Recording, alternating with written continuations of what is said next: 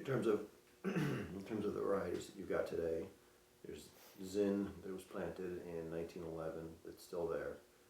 Can you walk me through when the other pieces came in and what were some of the decisions to put in other grapes? Sure, like the exact years or approximate years of the... Just a good idea, just sort of telling the story of it. Okay, so basically that stuff was the Zinfandel that we had on the property, and then in '73 we planted some stuff, a very small block. We pulled out I don't even remember what was in there. I was pretty young at the time, but I remember we planted about a third of an acre with some stuff, and then the next year we planted several more acres. So for the next 4 or 5 years, we were planting just about every year, planting several acres, in kind of a logical fashion. And by, I remember, it was '82 was the last of the plantings, and that was fairly small. So we had this vision of growing them on what would be, I guess, considered, rather than head trained and spur pruned, like the old vines, we didn't use wires, but we put them straight up on a stake with spurs that would come off like a ladder or a vertical cordon.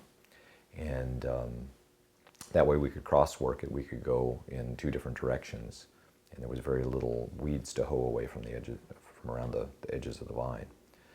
And then we got the bright idea of doing strip sprays like everybody else was doing. It saved on labor, which was in very short supply. We had the idea that we should do it all, and it's difficult to keep up with that in a timely manner. So once we started using, we would start strip spraying, then we realized, well, I guess we could actually put it out on a cordon, on a horizontal, and that way we don't have to crosswork it in order to knock down the weeds in competition to the vines.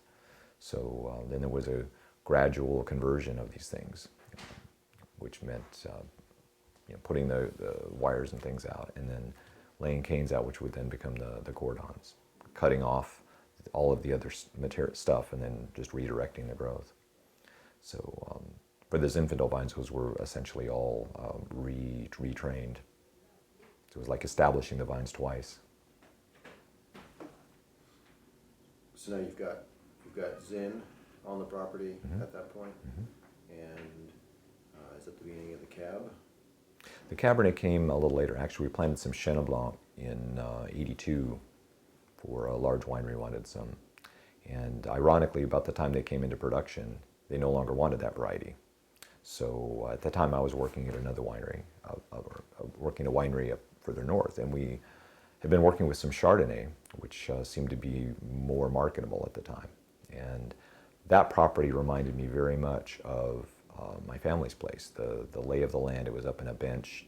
Even the dust smelled the same. So I thought, this seems like a good match. It does well there. It should do well at my dad's place.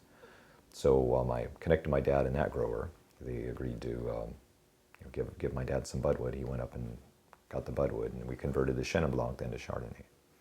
So that was, I think that was '86 is when that occurred. Is that all of the Chardonnay that's there now? Have you planted more? No, actually that very block of Chardonnay we pulled out. But we took that budwood and planted another block in '89. And it's on a little more of a clay soil. The vines do well there, and I think it's actually better suited as Chardonnay than the soil that we had it on, that we initially planted as Chenin Blanc. So I guess it's like you live and learn. I have this personal saying that you really start to figure it out. You probably get it pretty close to right the 3rd time you plant it, because it takes time to learn from any mistakes. The first time you do it, you do your best, but then you find out, you gain more information, and you're able to assimilate that. So the Chardonnay I'm using now is the 2nd generation of Chardonnay on a different parcel.